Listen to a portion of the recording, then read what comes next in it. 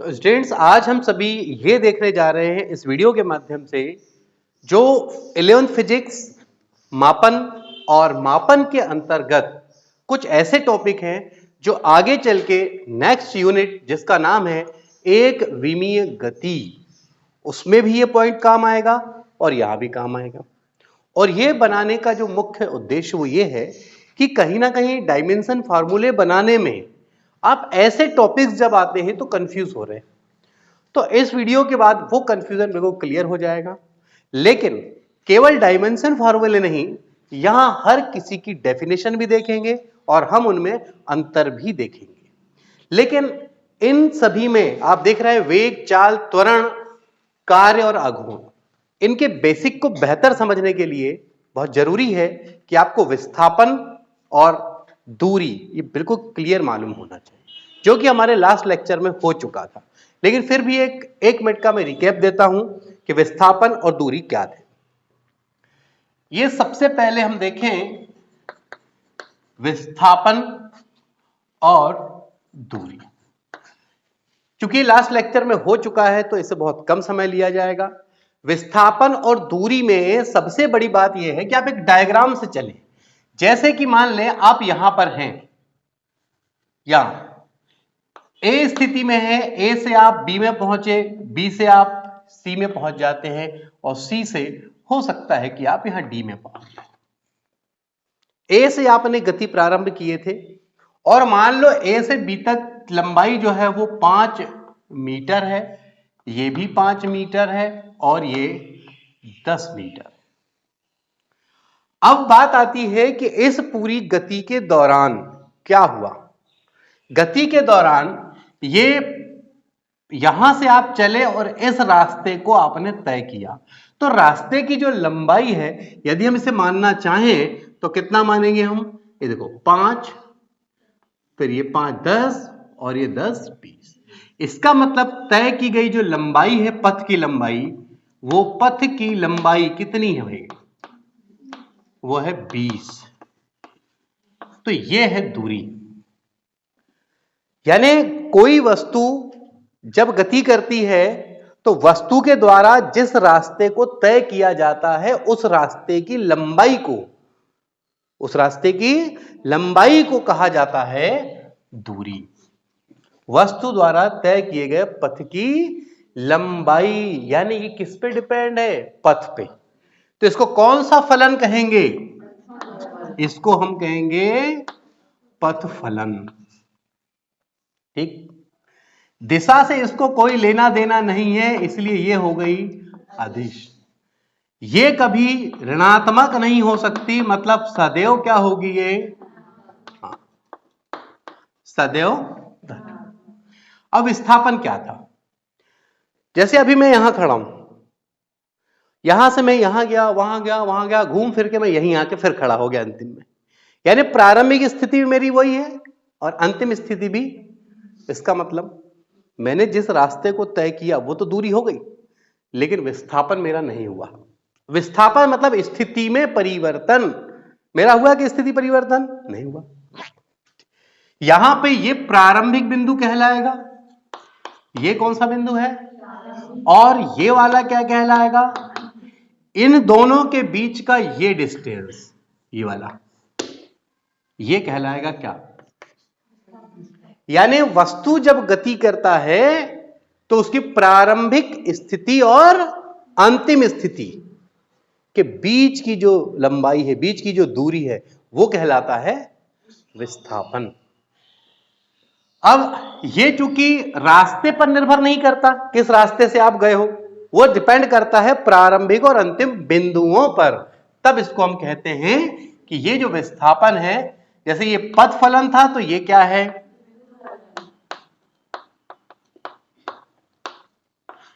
ये अदिश है तो ये सदिश है। ये सदैव धनात्मक है, ये धन भी हो सकता है, ऋण भी हो सकता है और जीरो भी हो सकता है। ठीक, अब अगर एक सर्कल की बात करता हूं वृत्त की मैं, और एक वृत्त में अगर आप यहां पर हैं ए पर, और एक कंप्लीट चक्र आपने पूरा कर लिया और फिर से कहां पे पहुंच गए, तो विस्थापन कितना हो गया? 0। लेकिन ये हुई 2 पाई आर। दूरी का मतलब है ये किनारा किनारा जो रास्ता आपने तय किया गया है उसकी लंबाई। और आप अच्छे से जानते हैं एक तार ऐसी बनी हो और उसको बीच से काट दें ऐसे और ऐसे सीधा कर दे तो एक ऐसी बन जाएगी, और ये लेंथ होती है 2 पाई आर, जहां आर क्या है यहां पे त्रिज्या है। ठीक है, तो ये होता है, यानी एक बंद वक्र, किसी भी प्रकार का बंद वक्र हो, अगर एक पूर्ण चक्र हो रहा है तो विस्थापन 0 हो जाएगा, लेकिन दूरी होती है उसके परिमाप के बराबर। परिमाप समझते हो ना, कोई बंद आकृति जितनी भुजाओं से घिरी है उन सबको आप जोड़ दो। जैसे कि एग्जांपल और लेते हैं, चलो मैं ऐसे कर लेता हूं। अब ये मान ले 5 है, 5 है, 6 है, 6 है, और ये मान लो 10 है। आप कहां से चले भाई? ए से चले और ये घूम फिर के पहुंच गए कहां आप? तो विस्थापन कितना हो गया? लेकिन यहां कितना होगा? ऐसे 6 5 11 और ये 6 दूनी 12 32, कितना हो गया आपका? तो मैंने क्या किया, इन सब भुजाओं को मैंने जोड़ दिया जिससे कि वो घिरा हुआ है। तो कोई भी आकृति का परिमाप क्या कहलाता है? कोई बंद आकृति जितनी भुजाओं से घिरी होती है उन सभी भुजाओं के लंबाइयों का योग। तो ये बात समझ आ गई होगी। अब चूंकि अगर ये बेहतर क्लियर है अगर आपको, अब आप हम चलते हैं किस पे डिपेंड होने? वेग और विस्थापन, सॉरी चाल, वेग और चाल। तो सबसे पहली बात समझ ले, इनकी डेफिनेशन में बड़ा फर्क है, लेकिन माइनर सा फर्क है। चाल और दूरी क्या है? मैं चाल की डेफिनेशन पहले बताना चाहूंगा। चाल क्या है? किसी वस्तु द्वारा इकाई समय में चली गई दूरी को चाल कहते हैं। शब्दों पर ध्यान जाए, वस्तु द्वारा इकाई समय में चली गई दूरी। अब अगला पॉइंट सुनो, वस्तु द्वारा इकाई समय में निश्चित दिशा में चली गई दूरी को वेग कहते हैं। ये अंतर है, एक माइनर सा फर्क ला दिया है मैंने, ध्यान से सुनना है। इकाई समय में वस्तु द्वारा चली गई दूरी, इकाई समय में वस्तु द्वारा निश्चित दिशा में चली गई दूरी, काय का अंतर आया उसमें? दिशा का अंतर। तो पहले परिभाषा बिल्कुल क्लियर है। चाल क्या है बताओ? चाल है वस्तु द्वारा किसमें? इकाई समय में चली गई दूरी, इकाई समय में चली गई दूरी है। जबकि वेग क्या है?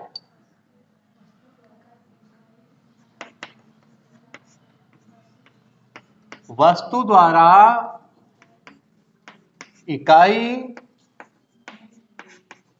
समय में निश्चित दिशा में, निश्चित दिशा, ये नया शब्द आ गया भाई, निश्चित दिशा में चली गई दूरी। ये फर्स्ट पॉइंट आपका क्लियर हो गया। अब आओ आप सेकंड पॉइंट की। चलिए ये सेकंड पॉइंट, जब यहां दिशा की बात हुई है और यहां दिशा की कोई बात नहीं हुई है, तो एक बात तो पहले ही क्लियर हो गई ना। क्या क्लियर हो गई बोलो? ये क्या है? ये सदिश राशि है, ये सदिश राशि है, और जबकि ये क्या है? अदिश राशि। अब तीसरी बात, वेग का फॉर्मूला होता है विस्थापन बटे समय अंतराल।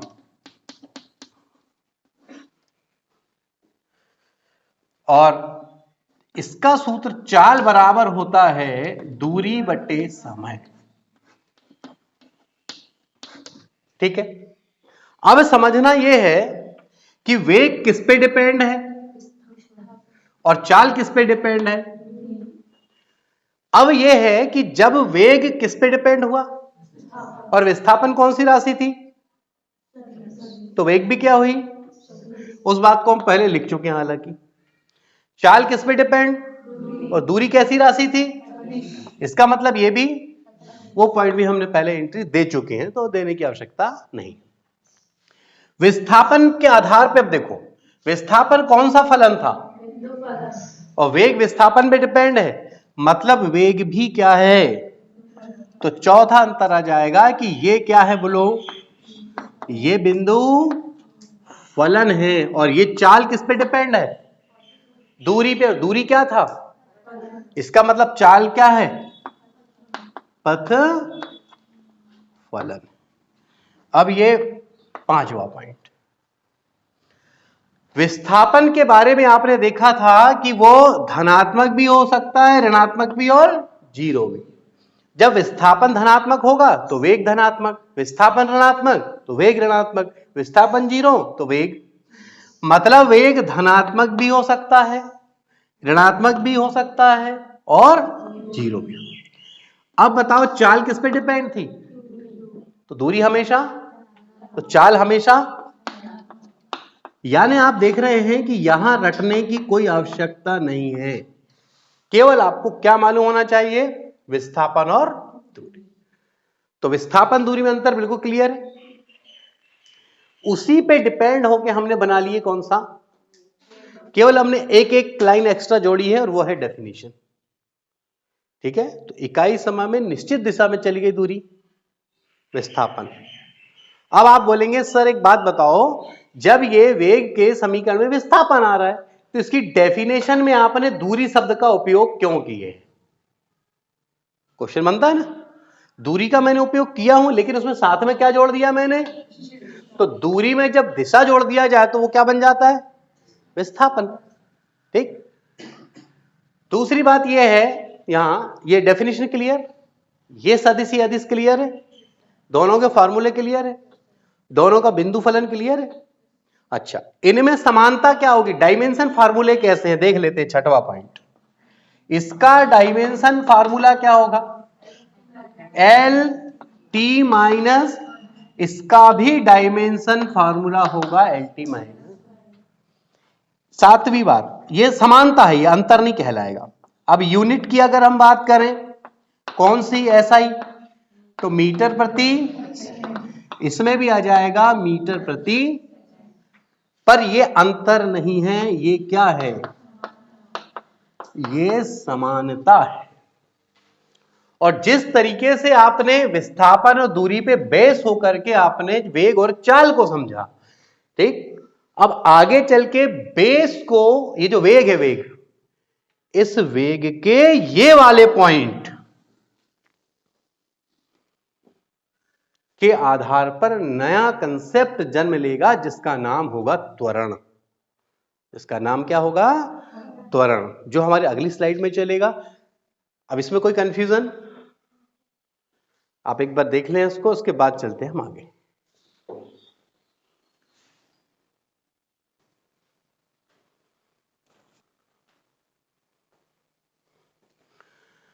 अब हम देखते हैं यहां पर त्वरण।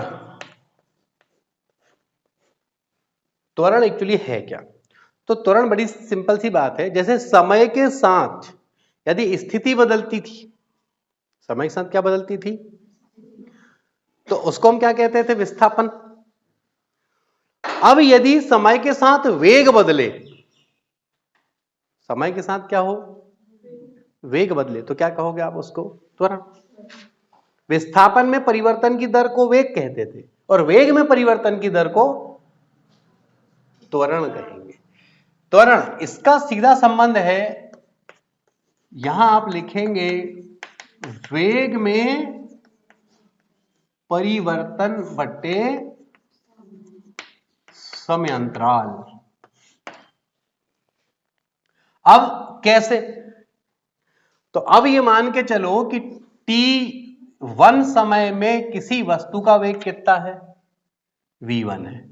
कुछ देर बाद t2 समय में वस्तु का वेग कितना है, तो स्वाभाविक सी बात है कि त्वरण, जिसको a से रिप्रेजेंट करना, क्या होगा, वेग में परिवर्तन, तो बाद वाले वेग में से पहले वाले वेग को माइनस करेंगे। कहने का मतलब V2 माइनस और ये T2 माइनस, और इसी को क्या लिखा जाता है ये बात भी समझ लें आप। ये किसमें परिवर्तन है? तो ये वेग हो गया, और परिवर्तन बताने के लिए अवकलन वाला उपयोग किया जाता है, मतलब डी। डीवी कभी लिख दिया तो क्या समझोगे आप? वेग में परिवर्तन नहीं। नीचे आओ, ये समय को घटाओगे तो किसमें परिवर्तन आने वाला है? समय। उसके सामने नीचे क्या लिखेंगे? ये क्या है बोलो? वेग में परिवर्तन। ये क्या है? समय में परिवर्तन। और जो चीज नीचे आ जाती है मतलब वो इकाई हो गया कि नहीं? परिभाषा देते समय आप क्या बोलोगे? जो चीज जैसे समय नीचे आया तो इकाई समय में, इकाई वेग में परिवर्तन, इकाई समय में वेग में परिवर्तन को क्या कहते हो आप? त्वरण कहते हो। अब बात आती है कि जो ये है त्वरण किस पे डिपेंड हो गया भाई? वेग में परिवर्तन पे डिपेंड है। अब वेग में परिवर्तन का मतलब समझो पहले आप। भाई मैं यहां एक बाइक चला रहा हूं, और वो बाइक मान लो कि 40 किलोमीटर प्रति घंटे की चाल से मैं चला रहा हूं। ये मेरा अभी का वेग है, ठीक? इसको मैं V1 मान लेता हूं। अब दो कंडीशन है मेरे पास, या तो मैं तेज हो जाऊं या तो मैं और स्लो हो जाऊं कोई वजह से। वेग में परिवर्तन करना है, चाहे बढ़ाओ चाहे घटाओ, या उतरेगा उतना रखो, या हो सकता है कि मेरे को सीधी बढ़िया सड़क मिली तो उतने का उतना ही, ये भी तो हो सकता था। अब समझना, यदि वेग को आपने बढ़ा दिए, ये सारे क्या है आपके लिए बताओ? V2 है ना। अब एक एक कंडीशन के लिए त्वरण निकालता हूं मैं, त्वरण अलग अलग कंडीशन के लिए। देखो, जब मैंने 40 से क्या किया? 60, यानी यहां V1 कितना था? 40, लेकिन V2 कितना था? जब मैं त्वरण निकालूंगा, और मान लो कि ऐसा करने में मेरे को 1 मिनट लगा या 5 मिनट लगे, चलो कितना लगा? 5 मिनट। देखें तो ये कैसे होता था बताओ? V2 माइनस V1, ठीक, और समय कितना लगा अपने को? 5। तो ये क्या हुआ बताओ? 60 माइनस, अब जो भी हो ये बड़ी संख्या है, इसके सामने का चिन्ह आएगा तो फाइनली आंसर क्या हो जाएगा बोलो? धनात्मक। यानी कि जब वस्तु का वेग बढ़ाते हैं तो त्वरण क्या होता है? धनात्मक होता है, तो धनात्मक त्वरण कहलाएगा, ठीक। अब धनात्मक त्वरण क्या? एक एग्जांपल हो जाए प्रैक्टिकली, एक प्रैक्टिकली एग्जांपल ये हो जाए, एक पत्थर है आपके पास हाथ, अब आप दो कंडीशन, एक नीचे से ऊपर फेंक रहे हो और दूसरी कंडीशन आप बिल्डिंग के ऊपर खड़े हो, ऊपर से नीचे फेंक रहे हो। अब कंडीशन ये बताओ कि ऊपर से जब आप ऐसे नीचे फेंक रहे हो तो आपके हाथ से जब पत्थर छूटा तब का वेग और निकलने के बाद थोड़ी देर बाद का वेग कौन सा ज्यादा होगा? बाद का, क्योंकि आपने जो ताकत लगाई वो तो लगाए ही थे, लेकिन पृथ्वी भी उसको खींच रही थी, गुरुत्वाकर्षण बल भी उसको खींच रहा था, तो थोड़ी देर बाद का वेग क्या हुआ? ज्यादा। यानी कोई वस्तु अगर ऊपर से नीचे की ओर गिर रही है तो वेग क्रमशः क्या होता है? बढ़ता है। और अगर वेग क्रमशः बढ़ता है इसका मतलब धनात्मक त्वरण उत्पन्न होता है, क्योंकि बाद वाला वेग बढ़ गया। समय के साथ वस्तु का वेग अगर बढ़ रहा है उस त्वरण को हम क्या कहेंगे? धनात्मक त्वरण। बात क्लियर? चल, अब हो सकता है कि वो 20 हो गया, कम हो गया। अगर वो 20 हो गया सेकेंड कंडीशन पे, V1 तो 40 था, V2 कितना हो गया बोलो? लेकिन जब त्वरण निकालोगे तो क्या करते हो आप? V2 में से V1 घटाते हो, इसका मतलब 20 में से कितना घटाओगे आप? यहां समय 5। अब बताओ यहां बड़ी संख्या कौन? 40, उसके सामने ऋण, जो भी आएगा पर फाइनली आंसर क्या आ गया? ऋणात्मक त्वरण। यानी समय के साथ वस्तु का वेग क्या होगा? कम होगा। जब समय के साथ वस्तु का वेग घटेगा, यानी गाड़ी को धीमी कर रहे हो आप। इसका प्रैक्टिकल एग्जांपल, एक वस्तु को अब नीचे से ऊपर फेंको। जब ही धनात्मक के लिए क्या कर रहे थे, ऊपर से। अब एक वस्तु को नीचे से कहां फेंको आप, ऊपर की ओर फेंको। जब ये वस्तु ऊपर जाएगी, मान लो पहले 40 किलोमीटर प्रति घंटा के वेग से आपके हाथ से निकली, लेकिन जब ऊपर जाएगी तो नीचे की ओर कौन खींचेगा उसको, गुरुत्वाकर्षण बल खींचेगा। तो वस्तु धीरे धीरे धीरे धीरे ऐसा कम होते होते जीरो पे आ जाएगी, फिर वो वापस लौटेगी। मतलब जब वो ऊपर जा रही थी तो समय तो बढ़ रहा था, पर वेग को क्या हो रहा था, वेग घट रहा था। तो वो त्वरण क्या हो गया, यानी वस्तु का नीचे से ऊपर की ओर जाना किसका एग्जाम्पल है, ऋणात्मक त्वरण का। वस्तु का ऊपर से नीचे आना किसका एग्जाम्पल है, वो धनात्मक त्वरण का। ये बात क्लियर है पहले, ठीक। अब बात आती है, आप किसी हाईवे में चल रहे हो, ज्यादा प्रॉब्लम रहती नहीं हाईवे में, 40 किलोमीटर प्रति घंटे की चाल से चल रहे हो, 5 मिनट बाद भी आप 40 से ही, 10 मिनट बाद भी आप कितने से। तो अब 40 में 40 जाता तो कितना हो जाता अगर V2 40 होता तो, ये तीसरी कंडीशन मान लेता हूं, V2 कितना हो जाए, तो V1 भी कितना था, तो ये कितना हो जाएगा बोले, 40 में 40 गया जीरो, तो त्वरण कितना हो गया, त्वरण हो गया जीरो। तो क्या वस्तु गति नहीं कर रही है, वस्तु गति कर रही है, वेग नहीं बदल रहा है। उसको बोलते कि एक समान गति से चल रही है। कैसे चल रही है, एक उतना ही वेग है, हर मिनट में वो उतनी ही दूरी तय कर रही है, ठीक। ये मतलब हुआ। तो अब समझ जाएं कि त्वरण क्या है, वेग में परिवर्तन की दर को त्वरण कहते हैं। त्वरण का सूत्र क्या है, त्वरण बराबर वेग में परिवर्तन बट्टे समय अंतराल। अब बात आती है कि चूंकि वेग जो था, वेग, त्वरण किस पे डिपेंड है, वेग पे, और वेग किस पे डिपेंड था, और विस्थापन धनात्मक भी हो सकता था, ऋणात्मक भी, और तो जैसे विस्थापन धन ऋण जीरो तीनों हो सकता है, वेग भी तीनों हो सकता है, और त्वरण भी तीनों हो सकता है। सब कनेक्टेड हैं एक दूसरे, समझ पा रहे हो। तो विस्थापन से कनेक्टेड था वेग, और वेग से कनेक्टेड है त्वरण, और त्वरण से कनेक्टेड होगा बल। और बल क्या था, इसके बारे में अपने डेवलप देख चुके हैं। बल और कार्य, इसके सेपरेट वीडियो दे दिए गए हैं आपको, यहां पे कोई कंफ्यूजन। अब बात आती है कि इसका डायमेंशन फार्मूला क्या होगा। जैसे देखो यहां आ जाओ, डायमेंशन फार्मूला, ये क्या है, वेग में परिवर्तन, तो LT माइनस वन, समय t, ये ऊपर गया, हो चुका है ये detail, LT minus minus one, LT minus two, ये क्या हो गया डायमेंशन। तो फाइनली हुआ LT माइनस टू, किसका, त्वरण का, चाहे वो धनात्मक हो, चाहे वो ऋणात्मक हो, चाहे वो स्थिर हो, जीरो हो मतलब। अब इसका यूनिट क्या है, L को हटा के क्या लिख दें, मीटर, और T को हटा के स्क्वायर, इसलिए क्योंकि है। ये कौन सी वाली यूनिट है, अगर हमको CGS जरूरत पड़ जाए तो क्या लोगे, सेंटीमीटर पर सेकेंड स्क्वायर। कोई कंफ्यूजन। तो ये हुआ आपका त्वरण का कंसेप्ट। तो वेग, चाल, त्वरण, ये तीन बात हो चुकी है। अब बात आती है कार्य।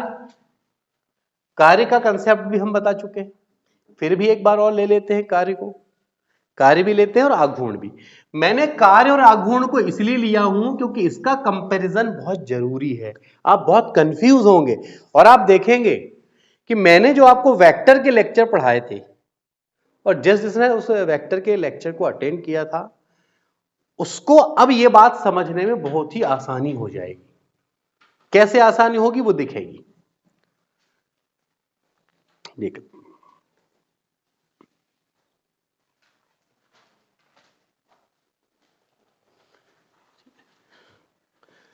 अब हम देख रहे हैं यहां, पहले तो मैंने ये कहा आपसे कि कार्य और आघूर्ण को क्लियर करें, और उसके बाद आज ग्राफ भी क्लियर करेंगे यहां, ठीक।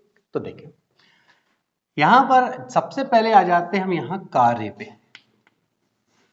कार्य, और ये कार्य क्या है, आपके पास एक ये वस्तु है और जिसका मान लो कि m द्रव्यमान है।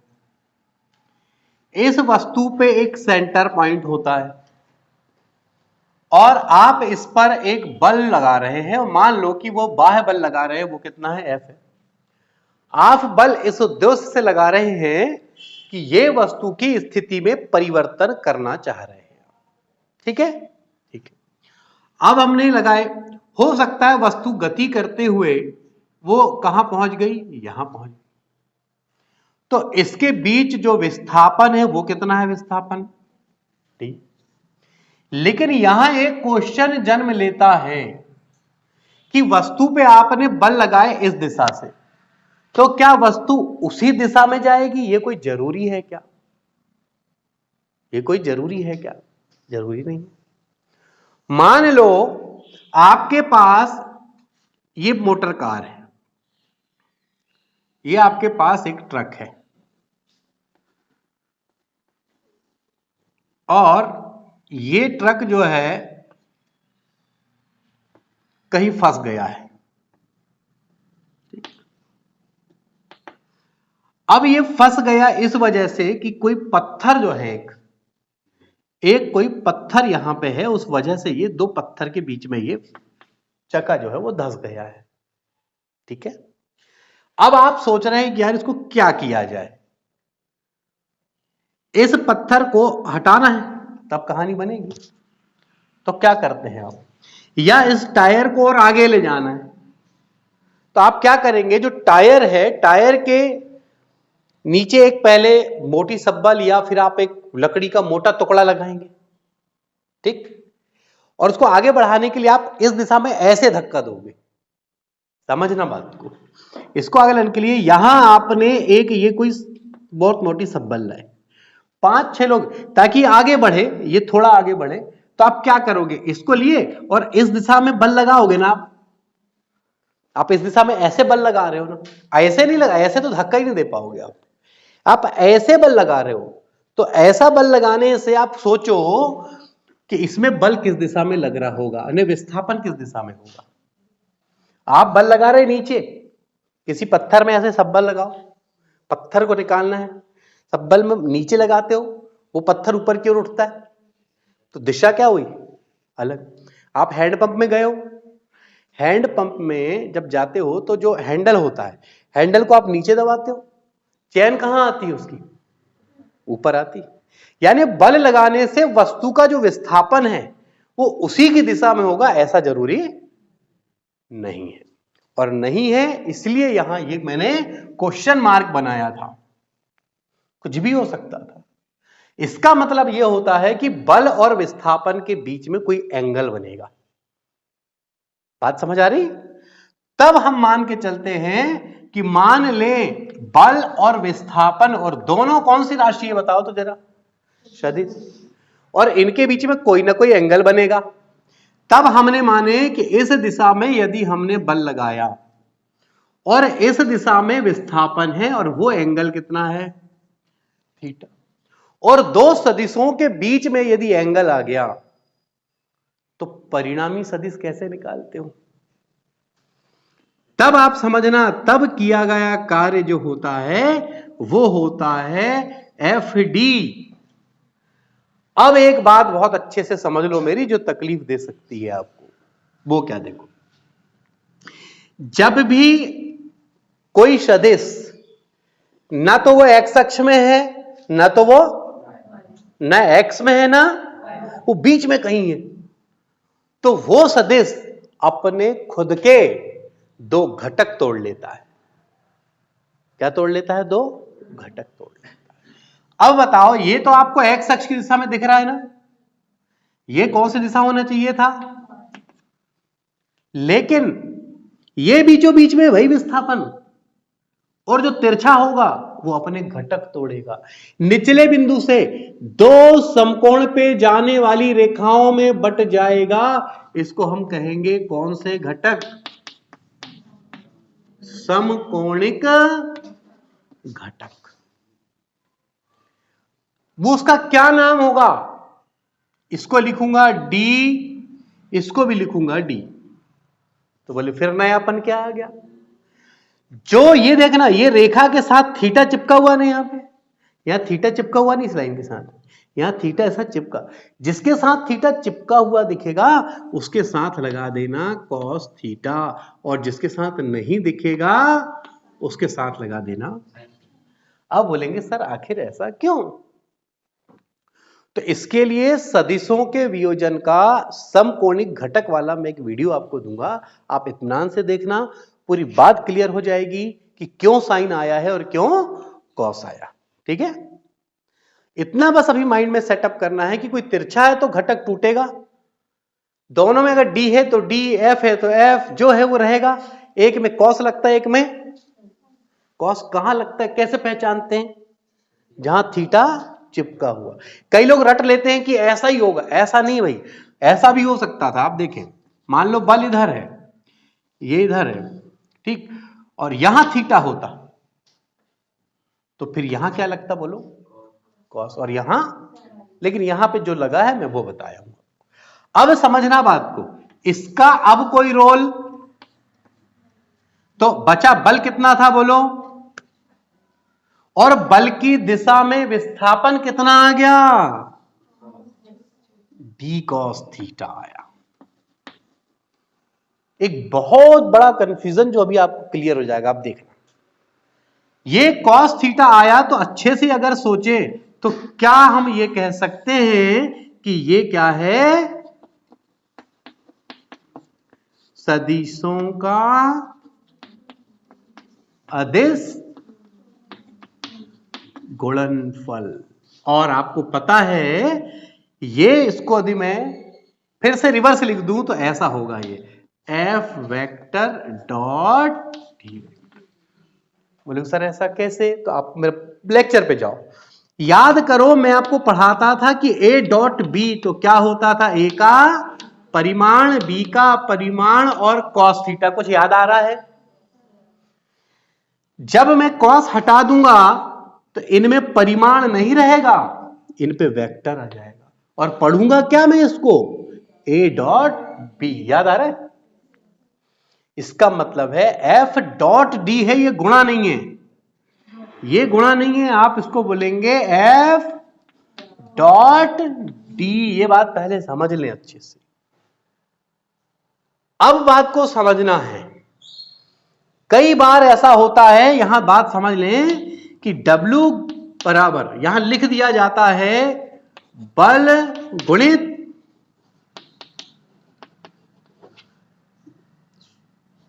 विस्थापन। क्या लिख देते हो आप? लिखेंगे बल गुणित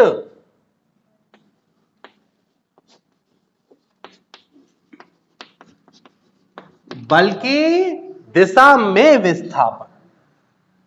ये क्लियरिटी आनी चाहिए आपके अंदर में, बल गुणित विस्थापन नहीं, बल गुणित बल की दिशा में विस्थापन, तब तो आप डी कॉस थीटा की बात करते हो। और अब समझ लो, तो सर बोले कि ये जो कॉस आता है ये है, कई बार मैथमेटिक्स हमने देखा है उसमें तो गुणा होता है, तो कैसे होता होगा? आपने डेफिनेशन में क्या लिखे बोलो, बल की, बल इस दिशा में लगा हुआ है, विस्थापन भी उसी दिशा में लगेगा, बताओ एंगल कितना बनेगा? दोनों चीजों की दिशा अगर एक जैसी हो गई, भाई जिस दिशा में बल उसी दिशा में विस्थापन, बोले एंगल कितना बना? एंगल बनेगा ही ना, ये बल उसी के ऊपर विस्थापन, उसी दिशा में दोनों। अब ऐसा तिरछा हो तो अलग बात है, एंगल बना क्या? इसका मतलब बल की दिशा में जब आप बोलते हैं तो थीटा कितना हो जाता है, और अगर थीटा 0 हुआ तो यहां आओ, देखो यहां आ जाओ, और फिर ये answer W is equal to F D cos 0। Condition apply कर दी अपन ने, और ये कॉस 0 की वैल्यू कितनी होती है, तब ये आएगा एफ डी। अब आपका ये गुणा, आप ऐसे समझ लो कि ये परिमाण है, ये परिमाण नहीं है, ये परिमाण है, समझने का प्रयास करना। यहां पर भी ये क्या है, दोनों परिमाण है, क्योंकि ए डॉट भी जब टूटता है तो ए का परिमाण बी का परिमाण कॉस थीटा होता था, तो वैसे ही जब एफ डॉट डी है तो एफ का परिमाण डी का परिमाण और कॉस थीटा। थीटा 0 क्यों माने, बात समाई? क्योंकि परिभाषा में मैंने क्या लिख दिया, बल की दिशा में विस्थापन है, जिस दिशा में बल है उसी दिशा में विस्थापन है, तो एंगल बनेगा ही नहीं। तो एंगल कितना हुआ? 0। और एंगल 0 का मतलब cos 0 यानी इसकी वैल्यू 1। तो ये वजह होती है। ठीक है, अब बात आती है कि कार्य कितने प्रकार का होता है। अब चूंकि कार्य किस पे डिपेंड हो गया, देखो यहां पे इस थीटा पे, तो ऐसा भी तो हो सकता है कि हम थीटा को क्या माने, एक बार 0, एक बार 90 और एक बार, भाई देखो इस दिशा में ये बल लग रहा है, बात समझना, और विस्थापन ये काय की दिशा हो गई बोलो? बल। अब मैं विस्थापन इस दिशा में, और इसमें क्या हो जाएगा? ऐसा काटता हुआ विस्थापन, क्योंकि यहां डिग्री कितना बनना चाहिए भाई, और इसका मतलब है कि बल अगर इधर लग रहा है तो विस्थापन इधर हो, तब तो 180 मानोगे ना। देखो यहां पे वो आपका तो कितना हो जाएगा? सूत्र से आओ आप आओ, 0 रहता तो क्या हो जाएगा? W is equal to F D. कौन सा वाला डी? परिमाण वाला। 90 हो जाएगा तो 0। अब मैंने किसी को ऐसे किया, वस्तु वहीं ऊपर उड़ गई। ठीक, तो बात को समझना है, ये विपरीत हो जाएगा, सॉरी। तो 90 वाला क्या हो जाएगा? बल ऐसे लगाऊं मैं, वस्तु ऐसी उड़ गई, तो वस्तु, फिर मैंने बल हटा लिया, वस्तु तो वहीं आ गई, वस्तु जहां की। तो कितना हो जाएगा बताओ? cos 90, और cos 90 का मान 0, मतलब पूरा मान। इस स्थिति के लिए कार्य कितना हो गया? ठीक, अब पता चला कि एक ऐसी पिस्तौल है, कोई आतंकवादी मेरे को पकड़ लिया, उसने ऐसे करके पिस्तौल अब छुड़ा उड़ा के मैंने ले लिया। अब कंडीशन अलग भैया, अब उसको पता उसके कंसेप्ट, पर मैंने भी तान दिया, बोले मार डालता हूं। यूं किया मैंने, उंगली को से बल कहां लगाया मैंने? इधर लगाया, गोली कहां जाएगी? उधर। बल कहां लगाया? इस तरह के जब दबाओगे तो ऐसे खींचोगे ना अपने साइड, मैंने खींचा और गोली कहां गई? उधर। दिशा दोनों की विपरीत हुई कि नहीं? तब 180 में कार्य क्या हो जाएगा बोलो भाई? ये हो जाएगा एफ डी, और कॉस कितना? और कॉस 180 का मान होता है -1, यानी W is equal to minus F का परिमाण डी का परिमाण, यानी कार्य कैसा हो गया भाई? ऋणात्मक हो गया। ये कार्य क्या हुआ? 0, और ये कार्य क्या हुआ? इसका मतलब है कि विस्थापन 90 से अगर कम है, सॉरी, विस्थापन और बल के बीच का जो कोण है, अगर वो 90 से कम होता है तो क्या हुआ? धनात्मक। और 90 हुआ तो 0, और 180 हुआ तो फिर ऋणात्मक हो जाए। यानी ये कंडीशंस होती हैं, और कंपटीशन एग्जाम में ऐसे सिंपल क्वेश्चन नहीं आते, ये कंडीशन से आएंगे। तो सारांश समझ गए आप कि कार्य क्या है? किसी वस्तु पर लगाए गए बल और बल की दिशा में विस्थापन के गुणनफल को कार्य कहते हैं। कॉस हटाने पर एफ और डी का जो परिमाण है वो बन जाता है वेक्टर के रूप में, इसे डॉट प्रोडक्ट पढ़ा जाता है। यानी कार्य जो है वो एक सदिशों के अदिश गुणनफल का एग्जाम्पल है। तो कार्य कौन सी राशि हो गई? अदिश राशि। कार्य कौन सी राशि है? ये जो है वो फाइनली ये। इनका कंसेप्ट क्लियर हुआ? 3 सिचुएशन क्लियर हुई। बल की सेम दिशा बनाया मैंने, फिर विस्थापन को भी उसी दिशा में फिर लंबवत कर दिया और फिर विपरीत कर दिया, यानी 0, 90 और 180।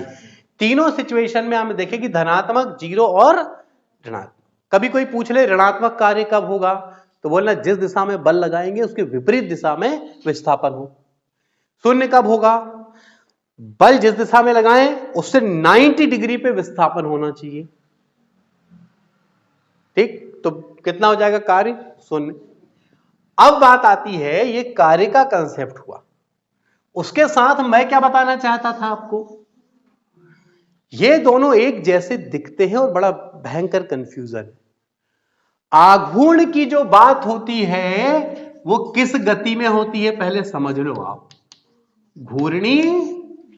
और घूर्णी गति का मतलब है आप ऐसा आड़ा तिरछा नहीं जा सकते। कोई एक बेस होगा जिसके चारों ओर आप घूम रहे हो, जैसे पंखा होता है। ठीक, अपने घर में दरवाजे चौखट होती हैं, तो चौखट में एक साइड से दरवाजा लगा है और दूसरी साइड से हम ऐसे खोलते बंद करते हैं उसको, है ना। तो इसके लिए ये एक अक्ष है भाई, क्या है, और यहां पे कोई दरवाजा है, यहां पर उसका हैंडल लगा है, उसके बीच की दूरी जैसे यहां पे हम d मानते हैं तो ये दूरी क्या है, पर यहां पे जो दूरी है वो विस्थापन है, जबकि यहां पे जो दूरी है वो विस्थापन नहीं है, वो है जहां बल लगा रहे हो, यहां पे मान लो F बल, तो वो ये अक्ष है, और अक्ष से क्या है, ये लंबवत दूरी है। तो आओ इस पॉइंट को मैं यहां लेके आता हूं।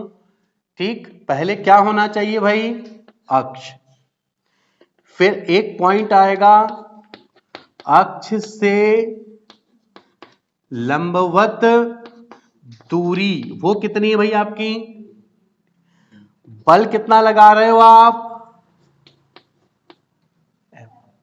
तब मैं करता हूं यहां पे F इंटू डी, यहां पर भी बल और F और D का गुणा हुआ था, यहां भी हो रहा है, पर बड़ा अच्छे से समझ लेना भाई, यहां पे बल लगा रहे थे F, यहां भी बल लगा रहे हैं F, लेकिन यहां D विस्थापन था, और जबकि यहां D विस्थापन नहीं है, भले वो एक जैसे दिखते हैं।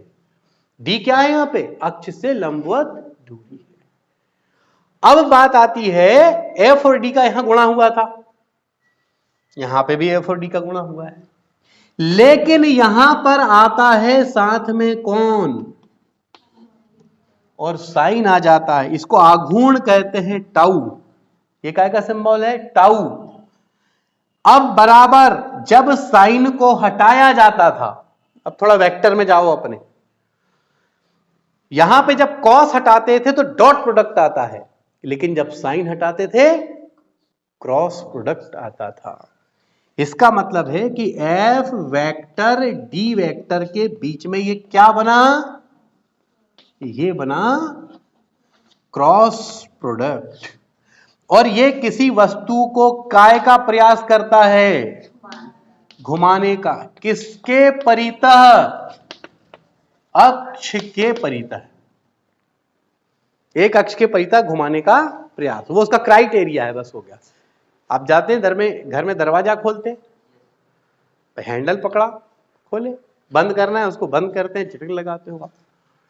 और बात ये आती है यहां, ये बात के क्वेश्चन पर एक नॉर्मल बात छेड़ दे रहा हूं कि यहां अगर आपका चौखट है और ये दरवाजा है, सभी घरों में आपने देखे होंगे ये इस कॉर्नर साइड में उसका हैंडल बना होता है, वो यहां क्यों नहीं बना होता, एक क्वेश्चन मेरा, कि बना सकते हैं, कि डिजाइन है, कि परंपरा चल गई है, कि इतनी दूर पे, मोस्टली सोच के देखो अपने घर के दरवाजों में, अपने घर में देखो जहां चिटकनी लगाते उसके पास ही वहीं क्यों, कोई बोलेंगे सर वो चिटकनी लगाने के लिए बंद करना है इसलिए ऐसा होता होगा, ठीक है, तो एक आध और दूसरा क्यों नहीं लगा देते। दूसरी बात समझना, हैंडपंप देखो, पूरे भारतवर्ष के अंदर न जाने करोड़ों हैंडपंप होंगे, उस हैंडपंप में आप देखो कि भयंकर लंबा हत्था दिया जाता है, अब उतना लंबा हत्था दिया उससे हैंडपंप में अपन चलाते, इतना लंबा देने की क्या जरूरत है, इतना छोटा सा दे सकता था ना, जैसे जहां चैन जहां से आती है ना हैंडपंप में, चैन जहां से आई थोड़ा सा निकाल दिया, यू की और टक टक टक टक टक की, और यार उतना लंबा हत्था क्यों दिया। क्या हमारे देश के जो इंजीनियर हैं जिन्होंने इसको, मैकेनिकल इंजीनियर जिन्होंने डिजाइन किया, वो बेवकूफ थे, या इसके पीछे साइंस का कोई कंसेप्ट काम करता है। अगली बात, आपने देखा होगा टायर देखे हो, टायर नहीं रिंग, साइकिल तो सबने देखी हो, साइकिल में रिंग सबने देखे हो, स्पोक लगे हैं, लेकिन किनारे की साइड ज्यादा वजन दिया गया है, वो स्पोक काय को लगा दिए। आपने चक्की देखी हो, चक्की हाथ से पीसने वाली, हाथ, हो सकता है चक्की ना देखी होगी, जमाना बदल गया है, लेकिन वो हाथ से पीसने वाली जो चक्की ऐसे से पीसा जाता है, तो उसमें आप देखेंगे कि ये बीच में एक खूंटा टाइप होता है ऐसा, और इतना बड़ा एक पार्ट होता है, और एक यहां खूंटा और इसे पकड़ने के लिए ऐसे ऐसे करके उसको ऐसे बार बार होना पड़ता। जरूरत ही क्या है इतना होने की, पास में क्यों लगा देते, पकड़े उंगली से पकड़े यूं यूं घुमाते रहे, अब इतना करने की क्या जरूरत है। जो किसान लोग होते हैं जब वो गेहूं या को फटकते हैं, जब उसके हवा की जरूरत पड़ती है तो बड़े बड़े फैन टाइप होते हैं, उस फैन में ऐसे घुमाना पड़ता है। यार इतना क्यों, इतना वो कैसे घुमाना पड़ता है, पकड़े यूं घुमाते रहे तो पंखा ऐसा नहीं होता ना। लेकिन यार इसके पीछे कोई ना कोई लॉजिक होगा, इसके पीछे कोई ना कोई लॉजिक होगा। तो ये बात वास्तव में साइंस का एक कंसेप्ट होता है, उसकी वजह से ये ऐसा होता है। इसमें हम चर्चा करेंगे हम बाद में अगले में, जब हमारे तथ्यात्मक और बोधात्मक क्वेश्चन होंगे, उसके सेपरेट वीडियो बनते हैं, उसमें ऐसे लॉजिकल क्वेश्चन पे चर्चा होती है और फिर हम बताते हैं कि फिजिक्स का कौन सा कंसेप्ट इस पे यूज हो रहा है। ठीक है, तो अभी इसमें कोई कंफ्यूजन, अब आप कार्य और आघूर्ण में कंफ्यूज तो नहीं होंगे। कार्य भी F इंटू डी दिखता है और यह भी F इंटू डी, कार्य अदिश राशि है और आघूर्ण अदिश राशि।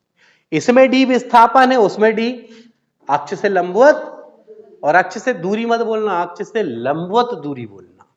बोले ऐसा क्यों सर, उसकी भी वजह है। अगर यहां पे मैं ले लूं तो ये तिरछी दूरी हो गई, तिरछी दूरी नहीं, उससे लंबवत दूरी लेना है। कहां से लेना है, जिस बिंदु पे आप बल लगाते हैं, जिस बिंदु पे आप पता चल रहा है कि बल यहां लगा रहे हैं और दूरी कहीं और की ले रहे हैं, तो ऐसा नहीं होगा। ठीक, इसमें कंफ्यूजन क्लियर बिल्कुल। इसके बाद मैं लेकर चलता हूं इनके कुछ ग्राफ,